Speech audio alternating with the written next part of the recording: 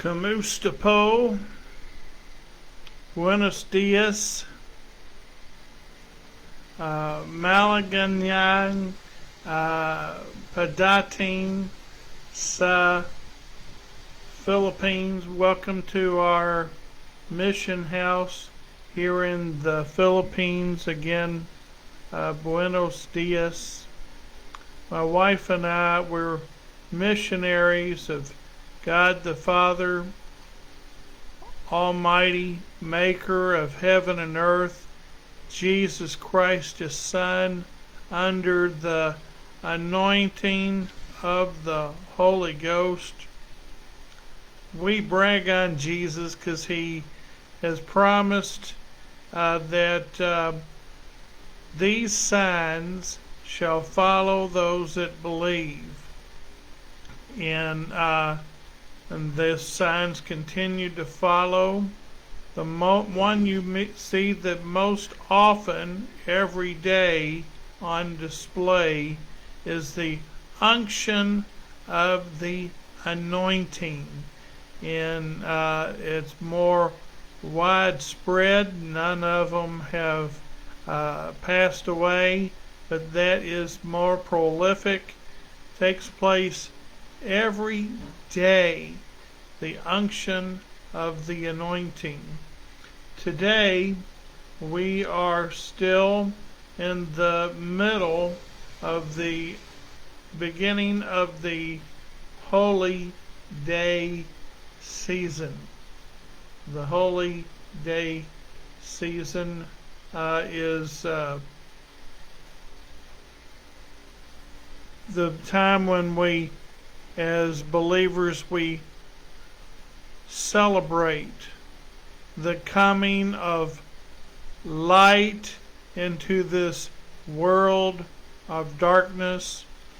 Our Jewish brothers and sisters are in the middle of the celebration of Hanukkah, also known as the Feast of Dedication, the Festival of Light.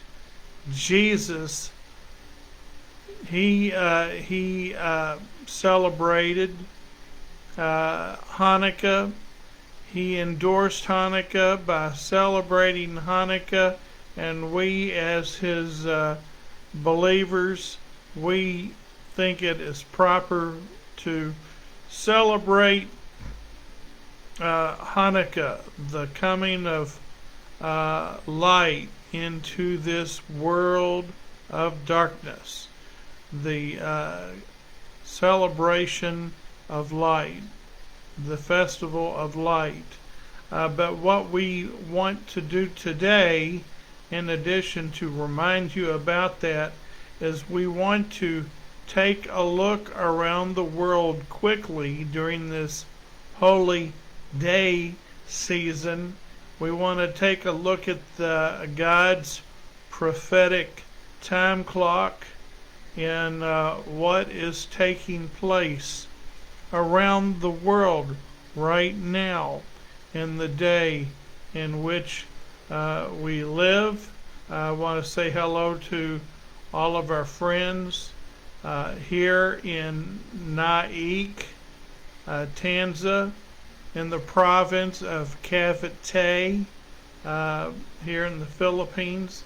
I say hello to our friends in Metro Manila, which is in the bubble close by, to our friends over in Laguna and in Palawan, throughout the Philippines. And we also want to say Buenos Dias, good morning, to our friends in the Western Hemisphere. That includes our friends in Cuba and in several U.S. states. Hello to many of our friends watching on 6 continents, different time zones. We're going to encourage you to grab your Bible and turn with us to the book of Ezekiel, 36, and we want to begin with a word of prayer. Now, the prophets of this world are warning us of the spread of the Omnicron virus. It's a variant of the COVID-19 virus, and we want to pray with regard to that. Even now, at the start of this holy day season, and we want to pray at the beginning of this broadcast. Dear Heavenly Father, we thank you that you always hear us when we pray. You always hear your children when we cry out with the boldness and the authority given to us by Jesus Christ, your Son, to come before your throne with boldness and with confidence, knowing that you hear us always when we cry out in the name and the authority given to us by Jesus the Messiah. We thank you, Father. We bring to you sickness and disease with regard to your children. You tell us, Father God, that to come to God, we must believe that you are, and that you are the rewarder of those who diligently seek him. Father God, you tell us that we don't wrestle with flesh and blood, with human beings, but with regard to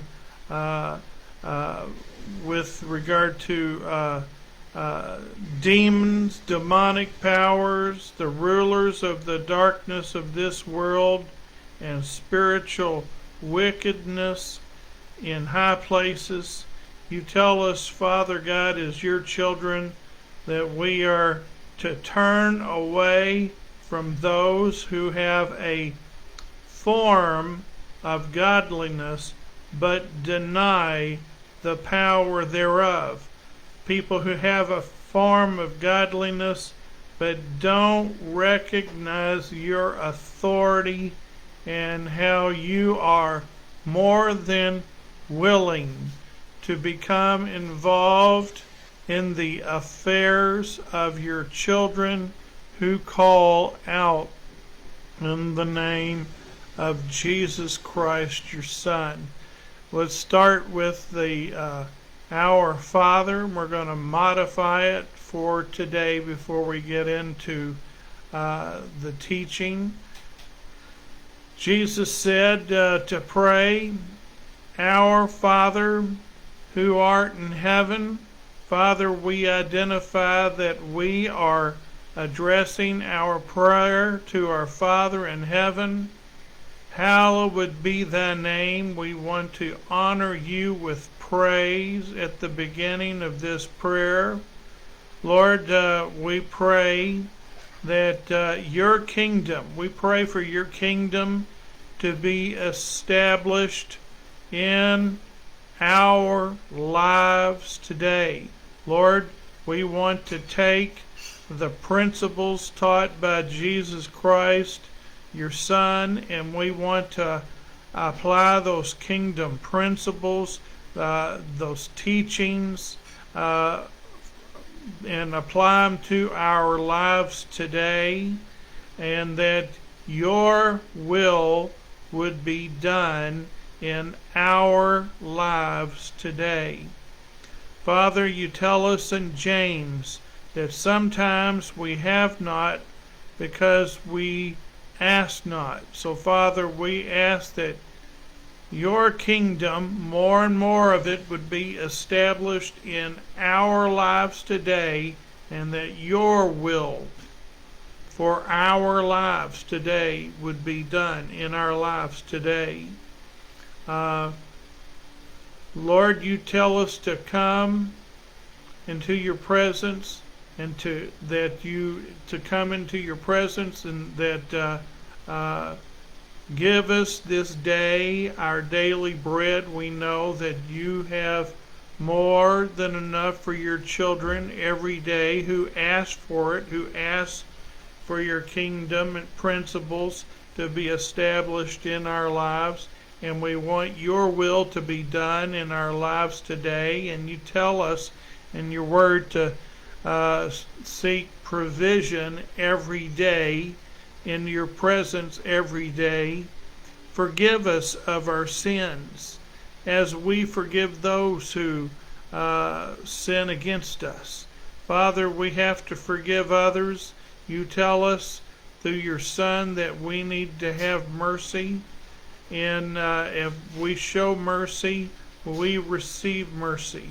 Lord, we thank you that your word tells us that we thank you that you don't tempt your children with evil. You tell us that that every good and perfect gift comes down from our Father in heaven. Yes, you tell us in 1 John chapter 1 that in you, Father God, there is light, and in you is no darkness whatsoever. We see in Luke chapter 11 that you tell us that you enjoy giving good things to your children, even the Holy Ghost, to those who ask. And we thank you, Lord. We praise you, for yours is the kingdom, yours is the power, yours is the glory forever and ever. We pray that today more and more people would be inspired to be born again, to die to themselves and be born again, and to take your kingdom principles right here in the Word of God and apply it to their lives today, so that we can live more in harmony with you, Father God, through the words of your Son, so that we can be more in harmony with you today in our lives today, because it is always better to be more in harmony with our Father in heaven through the teachings of his Son. And you promised us, Father God, that that as we brag on you, good things happen. In fact, you've promised us, Jesus gives us the promise, lo, I am with you always, or another English way to put that is, whoa, I am with you always. And we thank you that you are omnipresent, you are everywhere, that you are omniscient, you are all-knowing, and that you have all power. All authority you've given into the hands of Jesus Christ, your Son. And we want to apply all of those principles to our lives today. In Jesus' name we pray, amen.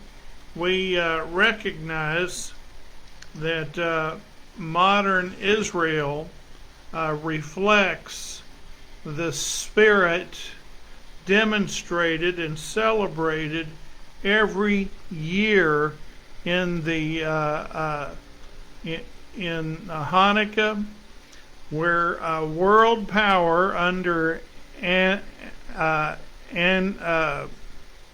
Antiochus Epiphanes. He was an evil ruler. He was in power. He had authority from Greece. He was left over from Alexander the Great. He was and he demonstrated his hatred to God and toward the Jewish people and toward Judaism by going into the temple in Jerusalem and showed his disrespect by sacrificing a pig on the altar and destroying the temple to defile the temple, which caused a Jewish rebellion led by the Maccabean priest of the family of the Maccabees. It's documented in history by Josephus and in the book of Maccabees. Some consider that to be a book that is considered to be apocrypha to some, and but it's an accurate historical book, has accurate information in there that is confirmed also by the historical documents compiled by Josephus. And so we know that part of the problem was caused by Solomon. Solomon had a covenant with God, and he broke that covenant. And among those things that were charged against Solomon was that he loved many strange women, and they turned his heart from the God of Abraham to the demonic, because we recognize that if you're not serving the true God, then you are worshiping Satan. You're involved with demonic spirits.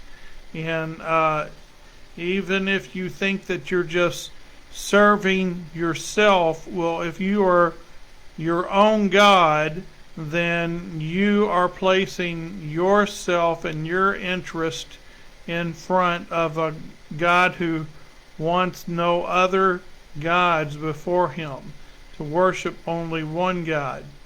And we know that Jesus, we know, is his Son, the Messiah. And I understand some of our Jewish brothers don't accept that, and we will accept that you don't see it that way, but we still pray for you. We still pray for you, and we know that God tells us that he is still keeping his promise to his children, and that we as believers are grafted in. We are adopted in, and we love our Jewish brothers and sisters, even though they don't always see eye to eye with us. We know that God is going to keep his promises. And so that brings us down to the modern day and how Hanukkah is represented today. The spirit of Hanukkah is represented today by our brothers and sisters in modern day Israel, over on the east coast of the Mediterranean. It's still they exemplify the fact that Israel even exists in the world today is miraculous, because the world has tried greatly, the forces of evil have tried greatly to destroy and eradicate Israel from off the map. They've tried to destroy the Jewish race in the past. People such as Adolf Hitler have tried to destroy the Jewish race. And there are people who hate Israel today that try to erase and eradicate modern Israel from the face of the earth. It continues. But God's promise is that He will not leave them and not forsake them.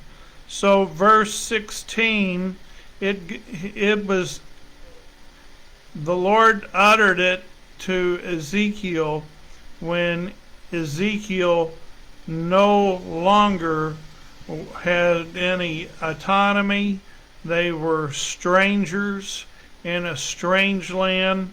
Let's just read this as it was given by the Lord in Ezekiel 36, verse 16, and we will also apply it to today. Moreover, the word of the Lord came unto me, to Ezekiel, saying, Son of man, when the house of Israel dwelt, that's past tense, in their own land, they defiled it. Talking about Solomon, talking about Jeroboam, who also had a covenant with God, and even though God kept His promise with Jeroboam, he didn't trust the God who gave him the promise, who brought it to pass. He did not trust the same God to help him to keep what God had given to him. And so because of his unbelief, he perished, and his descendants perished, and all of the kings that followed him upon that throne that was not occupied by the seat of David, all of them, they ruled with evil, and they did not trust God, and they did not follow the Word of God. They defiled it by their own way and by their own doings. Their way was before me as the uncleanness of a removed woman. That is, woman during her menstrual period. Wherefore, or for this reason, I poured my fury upon them for the blood that they had shed upon the land, and for their idols wherewith they had polluted.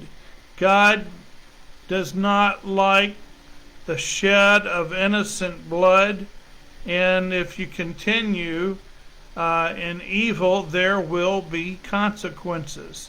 So any nation or any society that continues to engage in the willful slaughter of the innocent, they need to either repent, or they will eventually face the consequences for their actions. So verse 19, and I scattered them among the heathen, and they were dispersed throughout the countries. According to their way, according to their doings, I judged them. Jesus, in his teachings, he sometimes refers to the lost sheep of Israel. And throughout the Old Testament, you still read references, prophetic references to the lost sheep. Jesus tells us to go to the lost sheep of Israel.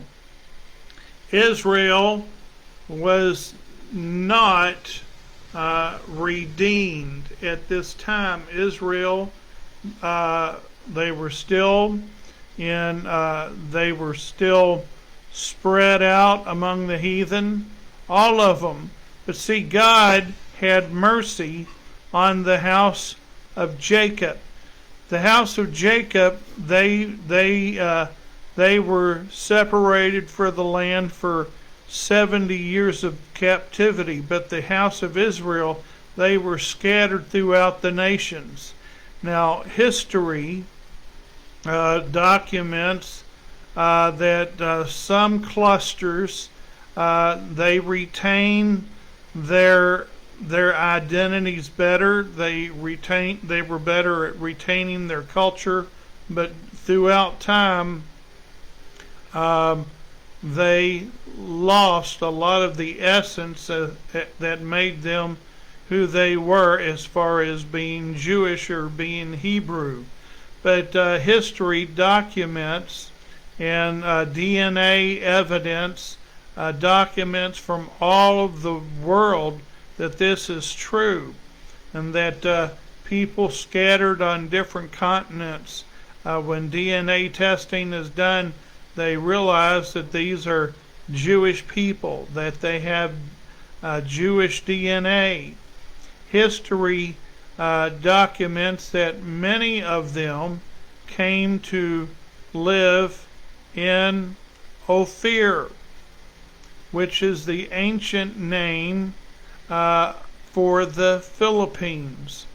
And that when Messiah came, when the star shone in the east, there is evidence in the Word of God that would suggest that the wise man, or that the wise men that came to see the baby Jesus as he was a young child, that those wise men came from the Philippines.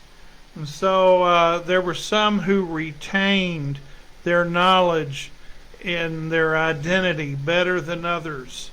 And some of them came to live in the Philippines. And the people of the Philippines have always had a special relationship with the nation of Israel. In fact, during the height, it is not known by many, but it is known by some, that during the height of the Holocaust in Germany and in Europe, that many of the Jewish people, they sought to seek places of asylum where they could stay safely.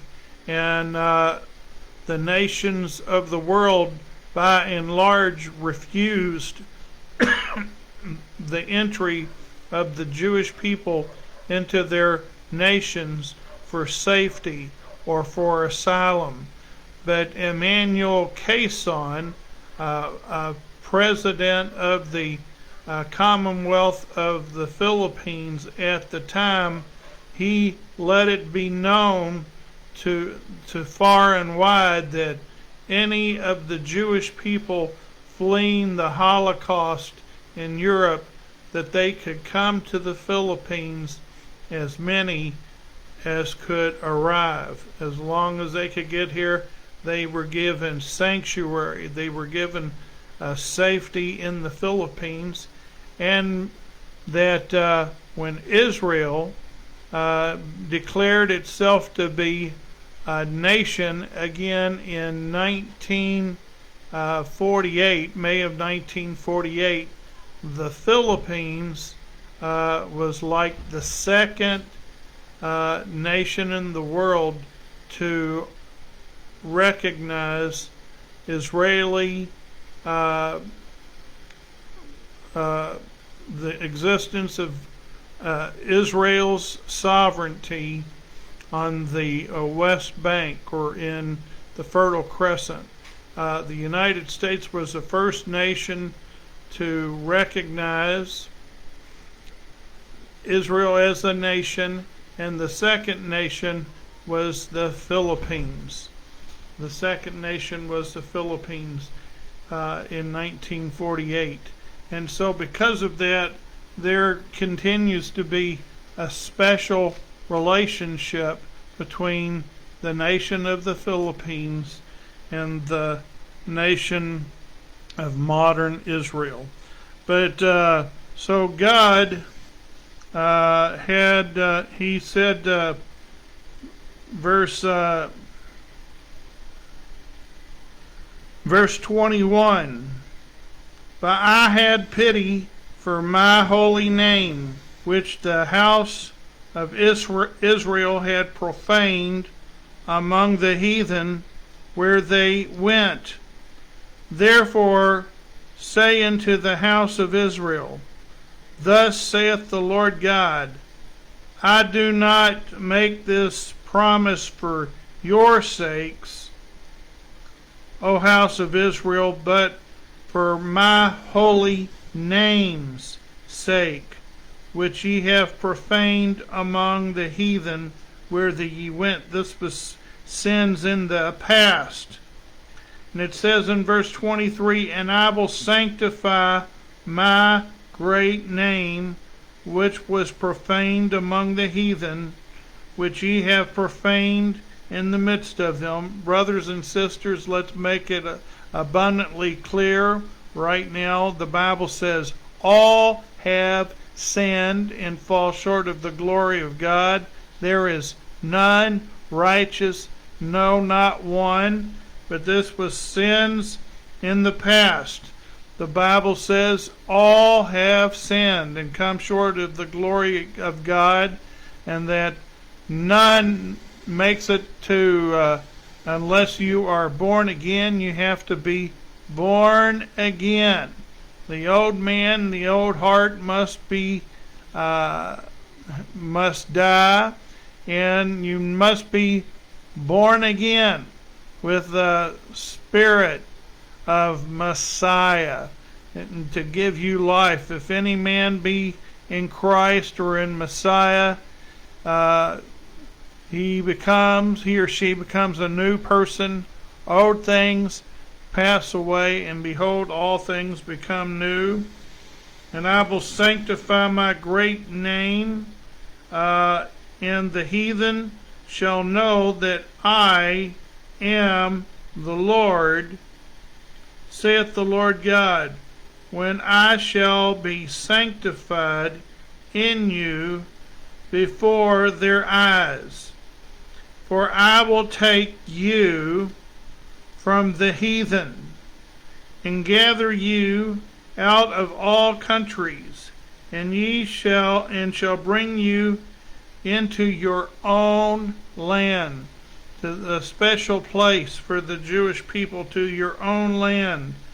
Then I will sprinkle clean water upon you, and ye shall be clean from all of your filthiness, and from your idols, which will I clean you, and a new heart will I also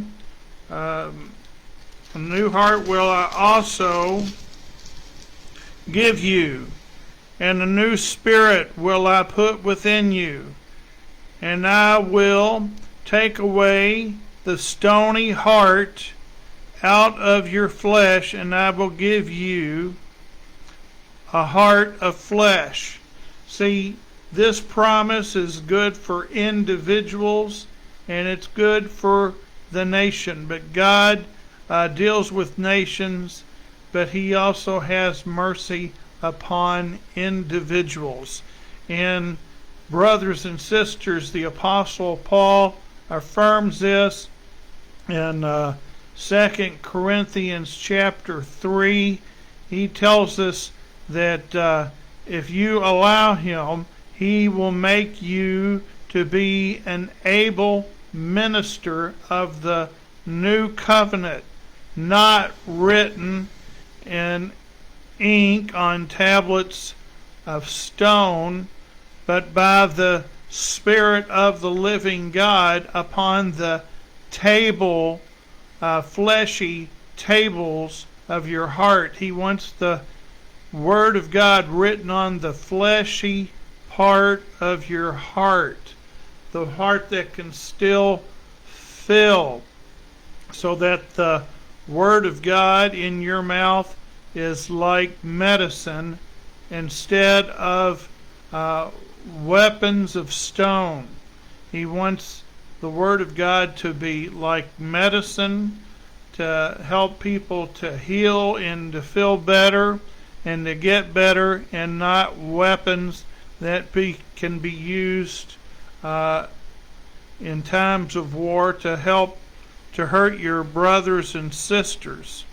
And it says, I will put my Spirit within you and cause you to walk in my statutes, because it's in your heart, and ye shall keep my judgments and do them, because it will be in your heart. And ye shall dwell in the land that I gave to your fathers, and ye shall be my people, and I will be your God. And I will also save you from all your uncleanness. And I will call for the corn, and will increase it, and lay no famine upon you. And I will multiply the fruit of the tree, and the increase of the field, and ye shall receive no more reproach of famine among the heathen. This was written so many years ago, and yet, before it fully came to pass, remember, Jesus teaches us, blessed are those who have not seen and yet believe. There are many people, you have promises from God, and you have not seen full fulfillment of all of those promises. You've seen partial revelation, but you haven't seen complete revelation. So Jesus teaches there's a special blessing on those who believe, even when you have not yet seen the complete revelation. Even though you haven't seen the complete manifestation of the promise, that you continue to believe and walk with Him, even when you haven't seen full manifestation of the promise. You have blessings that are upon you from Jesus Christ, the Son of the living God. He's got blessings for those who believe, even when they have not yet seen the full revelation or the full manifestation. Remember that to receive from God, you must believe that He is, and that He is the rewarder of those who diligently seek Him. You'll remember that Abraham was looking for a city whose builder and maker was God. Abraham did not see full manifestation of that promise. Isaac did not, and Jacob, they didn't see full manifestation of the promise. Many in the Old Testament, they died not having manifestly seen the coming of Messiah, but they died still trusting in the Messiah to come. I believe that many of our Jewish brothers and sisters, they died during the Holocaust, but they still died trusting in the Messiah that shall come for them in the future. They didn't give up their belief in Messiah, even though it was costing them their lives in furnaces, in gas chambers, in firing squads. They did not give up their trust in the Messiah that was still to come. Jesus said, some people don't like this, but Jesus said, blessed are those who have not seen and yet believe.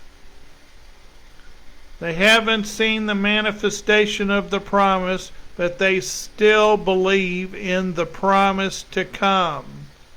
Our Father in heaven, He knows the difference between those who are looking to Him as the author and the finisher of our faith. They haven't seen the manifestation, but the promise is still good. God does not revoke His promise. He doesn't revoke His promises to you just because you don't understand all of the details. If you still trust in Him, your faith is accounted for you as righteousness.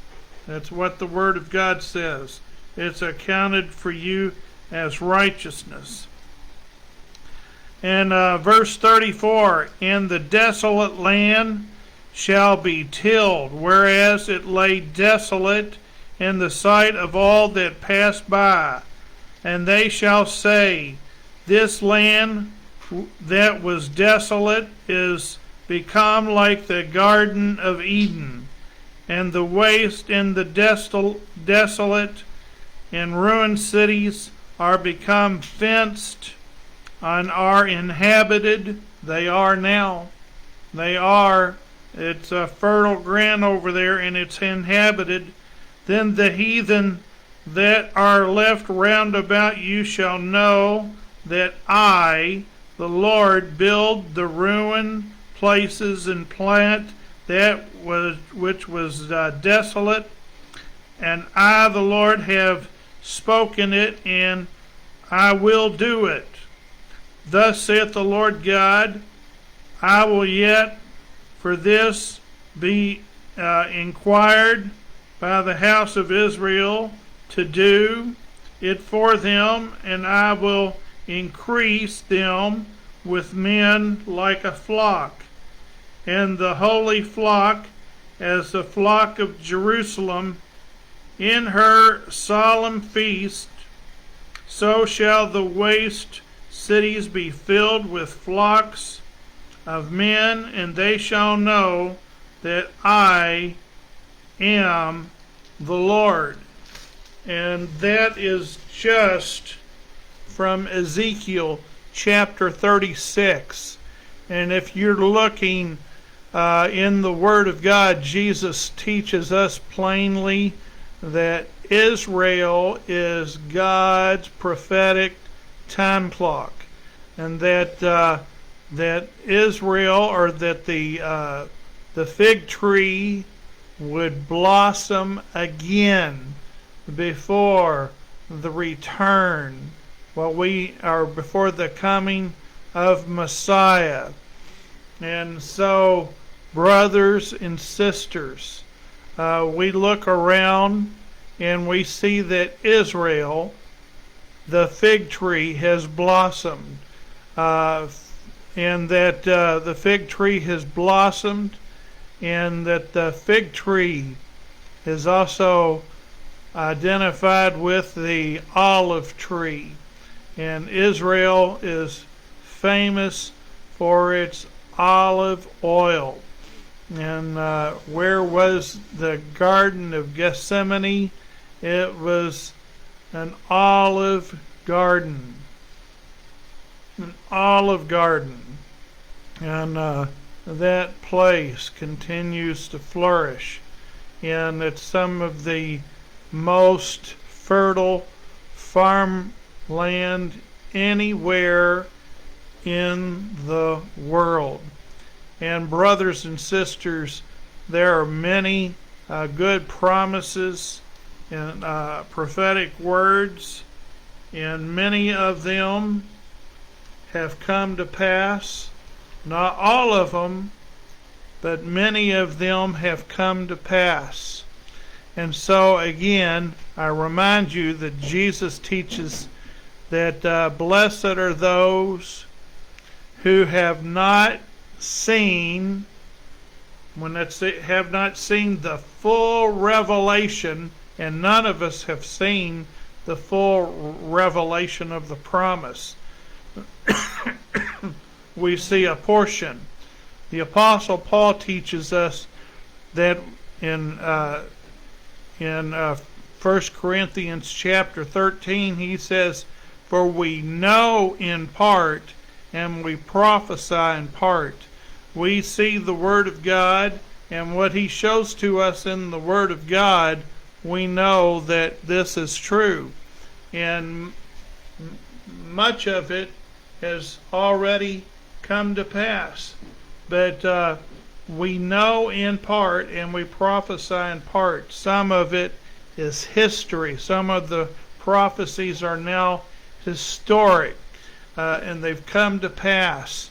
And there's still some more that we regard them as historic because we trust that God is going to fulfill all of His Word and all of His promises.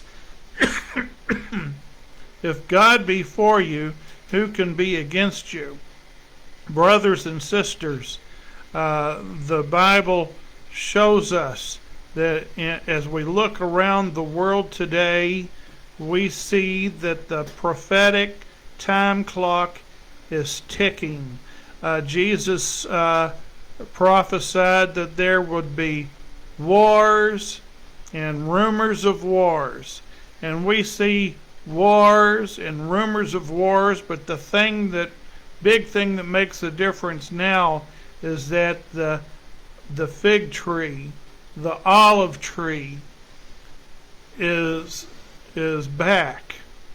And Israel became a nation again in May of 1948. And my wife and I are here and preaching the gospel, bragging on Jesus to the lost sheep of Israel here in the Philippines. Some have that spiritual DNA, while others have the actual DNA.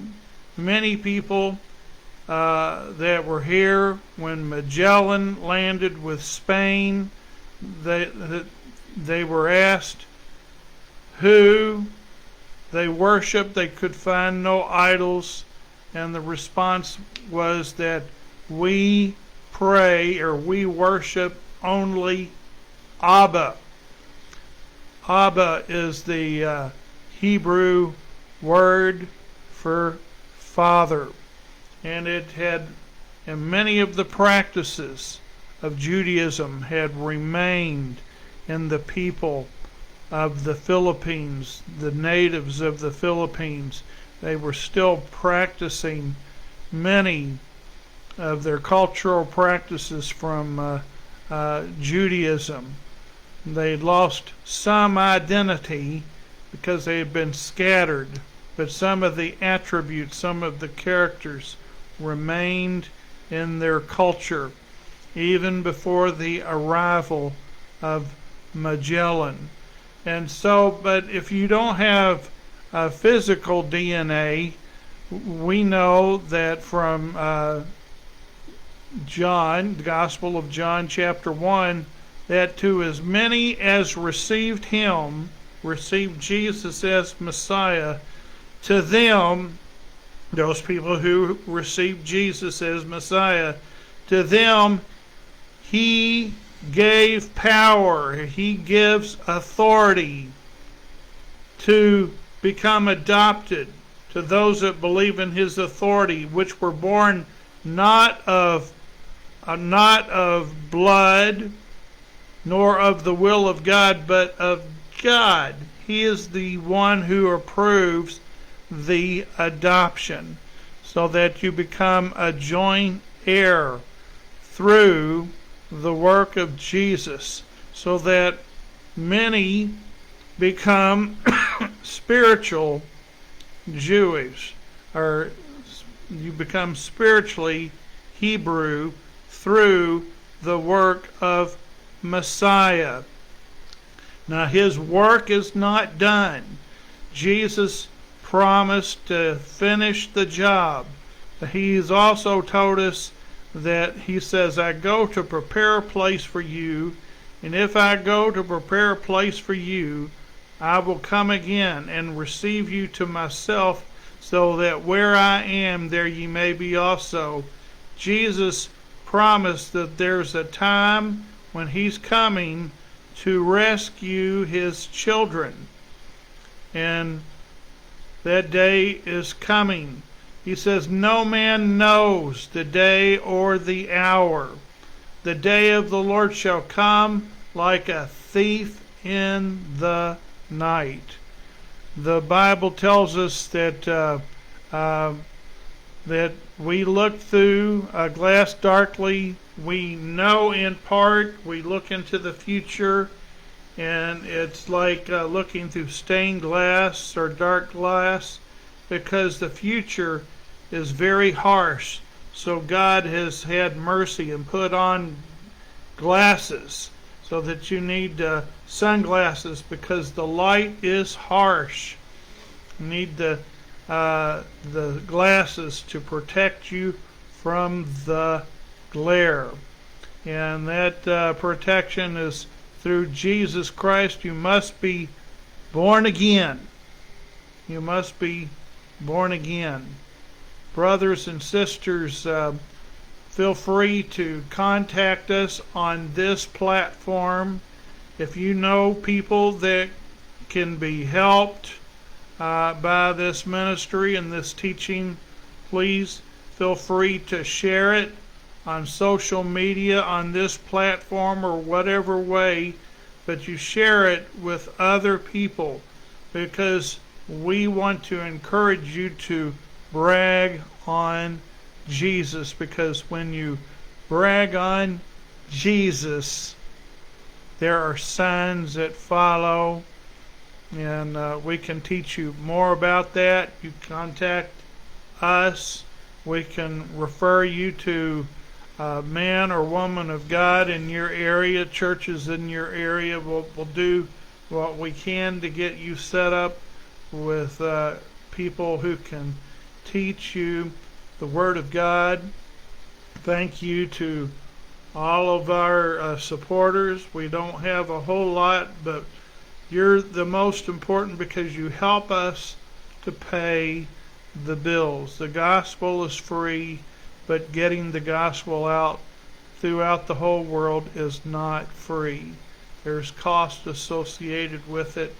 We do to keep what we can to keep those costs to a minimum. And you that help us, you are so important. We have you on our prayer list. Our supporters, we know better, and it's easier to follow those that help to pay the bills. We pray for you on a daily basis. Our time is gone. We will look for you again tomorrow in about 23 hours. God bless you. Dios Libendega. And for those of you we see tomorrow, habla hasta mañana. We'll see you tomorrow. And wherever you are, what nation you're in, vaya con Dios. God be with you. We will look for you soon, God willing. we will find you.